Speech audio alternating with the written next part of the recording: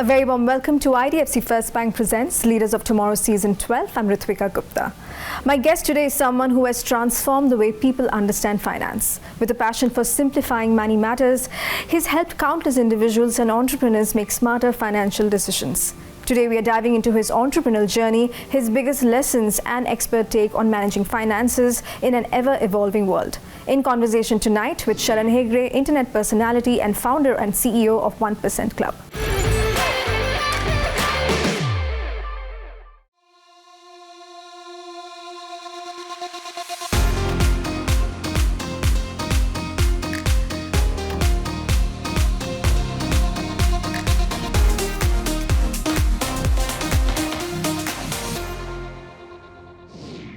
Sharan, welcome to ET Now Leaders of Tomorrow. It's a pleasure to be having this conversation with you today. Thank you for having me. So Sharan, this is the first time you're coming on Leaders of Tomorrow, and I want our viewers to know a little bit about your journey, how you started off. And you started at the time where bite-sized financial content was not that common. Right. So how did you see the merit in that? How did you think that this is going to resonate with viewers and audiences? I started off working in a normal 9-to-5 job. I was working as a management consultant back in Bangalore, and I didn't have any degree or background in finance. All I wanted to do was learn about money, learn about business. So I joined a company called KPMG, one of the largest Big Four companies. And my only intention was, how can I work with big companies, understand what are their financial processes, how does the CEO or the CFO look at the the P&L statements, and how our business is actually built. So I had the privilege of working with some of the smartest people in the country, people who've done their MBA, people who've gone to the IIMs, the place where I dreamed to go but I did not get in. So I worked there for a couple of years, and then the lockdown hit, and that's when I realized that there is a huge gap in people's understanding of finances, and people look at it as granted. Like, people today, if I have a health problem or a medical issue, I will go to a doctor. People will not be like, I need to learn about medicine and I will, self-diagnose myself.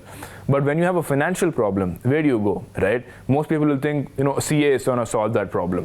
But CAs are only for filing your taxes, right? What about investment planning? What about insurance planning? So there's always been a huge gap among Indians, and people were reluctant to learn about it. They were like, I have not studied finance. I'm not a commerce student. I'm a science student. Mathematics are very difficult for me. Why should I learn all of these things? And I realized that the reason for that is finance has been made very boring. There are many books available, but nobody wants to read those books. And I thought, if people don't have the patience to study about finance in a boring way, can you make it fun? And not just fun, can I make it short, bite-sized content? So that is where that idea started, that, hey, nobody likes to read books. Can I read the books and then educate other people in terms of short videos? And that's what began about 4 years back. And today we are sitting on almost 7 million followers across Instagram, YouTube, LinkedIn, Twitter. And today, like me, there are hundreds of other people creating content on these social media platforms.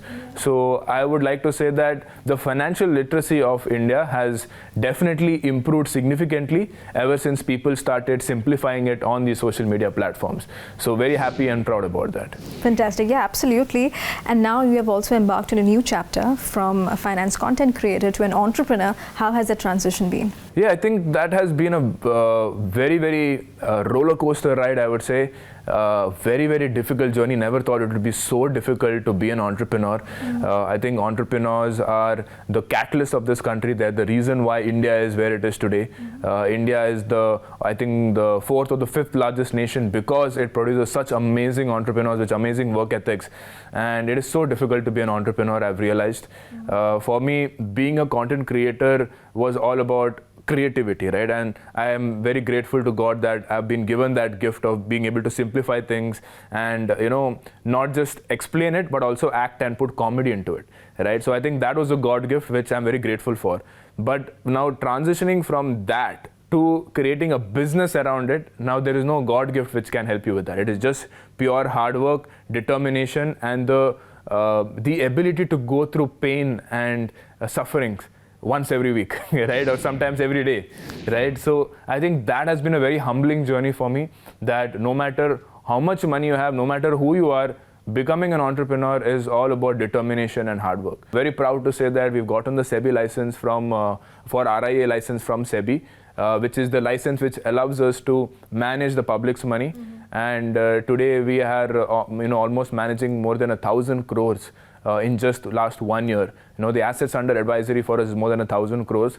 So very proud of that achievement. And we have almost 160 people who are now managing that running that organization. I always joke with my mom, I became a content creator to leave the corporate world. And then I'm now back into the corporate world as the CEO, right? So it has, it's been full circle, but now I'm spending more time than as an employee. But a very rewarding journey nevertheless, because now I'm doing things which I really want to do, things which I would do even if there is no money at the end of it, because I really love helping people manage their money. Sharan, tell me, what is the big goal that you have for 1% Club? What is the mission and vision? Mission is extremely, extremely important for us, because for any organization to encourage hundreds of employees to go towards a single target, right? It's not just about making money for the company. It's about what are you waking up in the morning and coming to work for, right? Just like how you have a passion of spreading stories of entrepreneurs to the rest of the country. Our mission at the 1% Club is to make financial planning and education accessible to everybody. You see, typically in India, a financial advisor is only accessible by HNIs. Okay. Right? There are only 1,300 registered financial planners in this country. For a population of 1.5 billion people, that is nothing, right? 1,300 people for 1.5 billion people. To make it more understandable, 1,300 people for 160 crore people, right? So that is like, what? 10 lakh people have one financial advisor. Right. Can one financial advisor help 10 lakh people? Obviously not, right? Imagine if we had only 1,300 doctors in this country. That's how problematic it is. And obviously these financial planners will only want to work with millionaires and billionaires because they make money as a percentage of your net worth. Right? They will not want to help somebody who has only 10 lakhs of savings. They'll obviously want to help somebody who has at least 1 crore of savings. Yeah. People who have 1 crore are basically, barely 5 lakh people in India out of 160 crore people have 1 crore of savings. So the first challenge that we had is how do you sort of take this financial education, which is freely available, but make it exciting and entertaining for billions of people to understand. So that is the number one thing. First, educate everybody. Right? Even though I can't afford a doctor, at least I know what are the good principles of being healthy, which is eat 3 meals a day, right? Wake up on time, sleep at the right time, don't drink alcohol, don't smoke. At least these things you know about health. Right. People don't know these things about financial health, right? So at least teach people about these things so that they don't need the doctor in the first place. Now for people who need the doctors, can we make it as affordable as possible? So today, we have about 50 financial advisors and we cater to people in the middle class and upper middle class segment. Today we are able to cater to people who are earning at least minimum threshold would be 20 lakhs per annum. But the mission for us is that can we someday also cater to somebody who's only making 5 lakhs per annum? Because even they have the right to have financial advice. But because they cannot afford it, they are going to remain poor, which is not right. So the mission of 1% Club is to make financial education and financial services accessible to everybody in this country. Fantastic. Sharan, you spoke about, getting a license from SEBI. Could you walk us through that process, especially because a lot of our viewers are small business owners, SMEs, right? How can a small business get SEBI registered? SEBI registration is only for people who want to manage other people's money, right? Any business would not want to get a SEBI license, right? So for us, the process, it took almost 8 months. Right? Also because I'm a finance influencer. Finance influencers have been under a lot of heat from SEBI. And SEBI is obviously doing what is right for the country, right?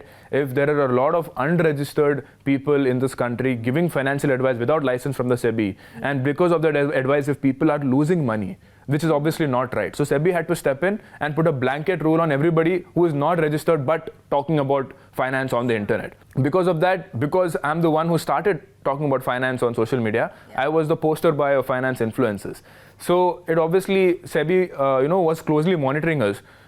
So it was very important for me to sort of get that license from SEBI, get the trust of SEBI that, hey, what we are doing is correct. And we would love to show you what we are doing.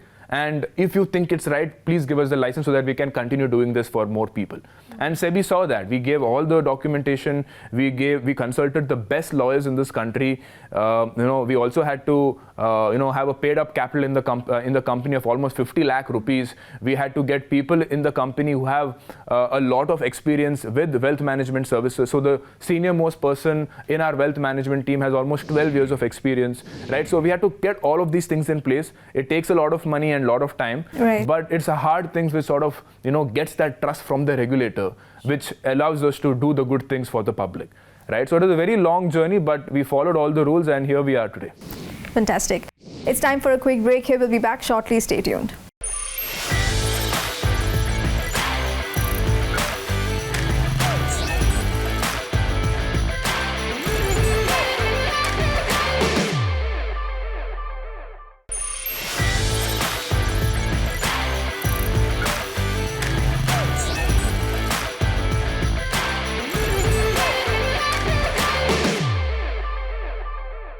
Welcome back to IDFC First Bank presents Leaders of Tomorrow Season 12 in conversation tonight with Sharan Hegde, internet personality and founder and CEO of 1% Club. Listen in. Sharan, how do you approach money? How do you view money personally? What does money mean to you? Money for me is about my control of time, right? It's as simple as that. Today, if I had to ask you, are you truly free? Right? Would you consider yourself to be a free person? Right? Most people will say yes. Why? Because India got independence in 1947. We can do whatever we want. Right. But is that really true for every single person in this country? 85% of people in India are doing things that they don't want to do, but they're only doing it for money. Right. Right? And if you're living a life like that, you are not truly free. Right? You are controlled by an organization who is giving you that salary just so that you can live your life by paying your rent and electricity bill and your transportation expenses. So my concept of money is, can everybody reach a point where money doesn't control them, where you are controlling your money? And that is called financial freedom, where you are no longer designing your 24 hours based on making more money. You are designing your 24 hours based on what you actually wanted to do. Right. No, I absolutely agree. Tell me, was there any point in your life, where you probably made a decision, a not so good decision, that shaped your approach towards money? I started investing from the age of 10, right? And I was lucky enough to get pocket money from my parents, which is a privilege, I understand, for a lot of people. And from the age of 10, I used to get like 50 rupees, 100 rupees here and there. And I was lucky that my mom always taught me the importance of money.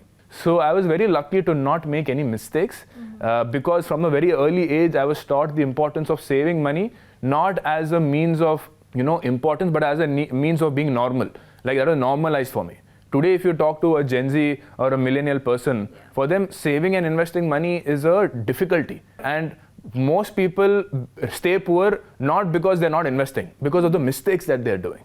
Right? Investing in the market, doing that F&O trading, all of that is later, right? First, don't do the mistakes that is eating up your money, because those mistakes itself keep you trapped, because of which you are staying poor. So then no matter what stocks or mutual funds you pick, it will not make you rich, because the mistakes are killing your money.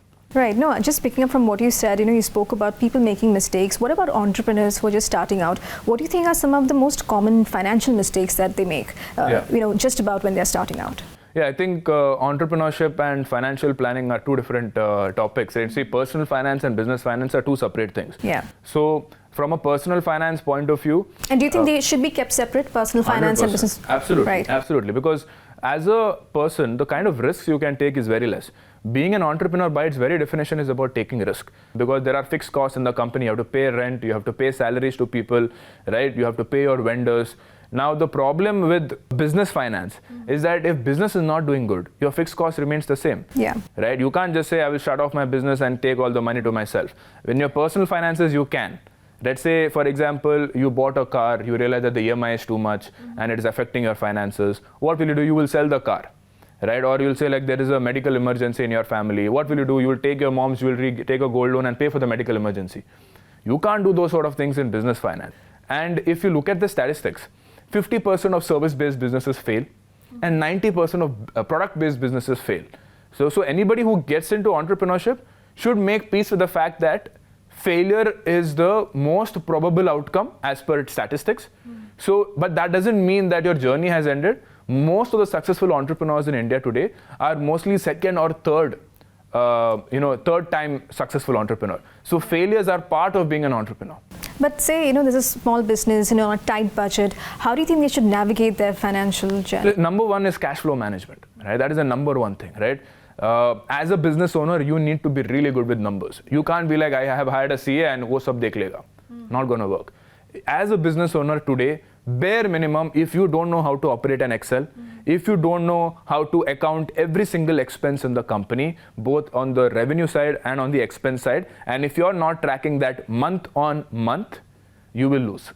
Right? As simple as that. I completely agree. There is a lack of awareness. So, what are the tools available? I mean, of course, they can tune into your channel. There are a lot of apps and everything. Is there something that you closely follow that you can talk to us about? Certain apps or certain websites? In terms of financial literacy, in terms of awareness. I think in terms of there are not tools. I would say in terms of financial literacy, it is just about understanding how money works. People should realize that. Money is the exchange of value between different people, right? So if you are more valuable to the society, more money will come into you.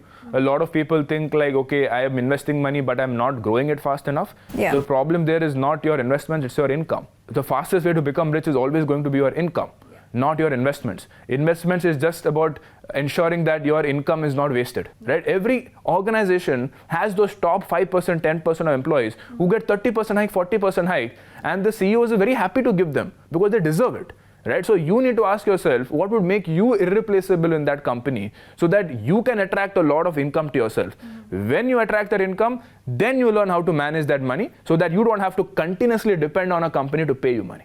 Absolutely. Now shifting gears to content creation a little bit, the space is full of a lot of voices right now. There are a lot of emerging voices as well. Your sister is a content creator as well. So, for all the viewers watching our show, for all the businesses, who are developing a voice, on social media, what kind of advice would you give them to really make a mark in this very cluttered space? I think it's going to be a very generic advice, but it's authenticity, right? You just need to bring out your true version on social media, and everybody has a very unique flavor to them. Every human being is different.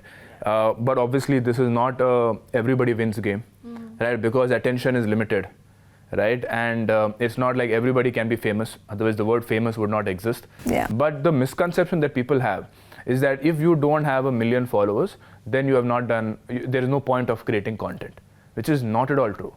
Let me tell you that even if you have 20,000, 30,000 followers, you can still make a big business out of it, right? But it's about finding your niche, which is directly related to your skill set, which is directly related to a business, which gives value to those people. Who you want to target is somebody who is of a certain caliber in your industry. You just have to create content which interests that person. So even if you know 5,000 or 10,000 people who follow you for your content, that's enough to build a big business. Because out of those 5,000 or 10,000 people, if you convert just 10 people to pay you 1 lakh a month, that's 10 lakhs a month. And there are so many people who do that, right? And that is the future of the world. You see, with the way the AI is evolving, I'm going to tell you right now, because the way I'm observing this every single day, I'm telling you for a fact, 60 to 70% of jobs in India are under threat, right? You can mark my words on this, 60 to 70%.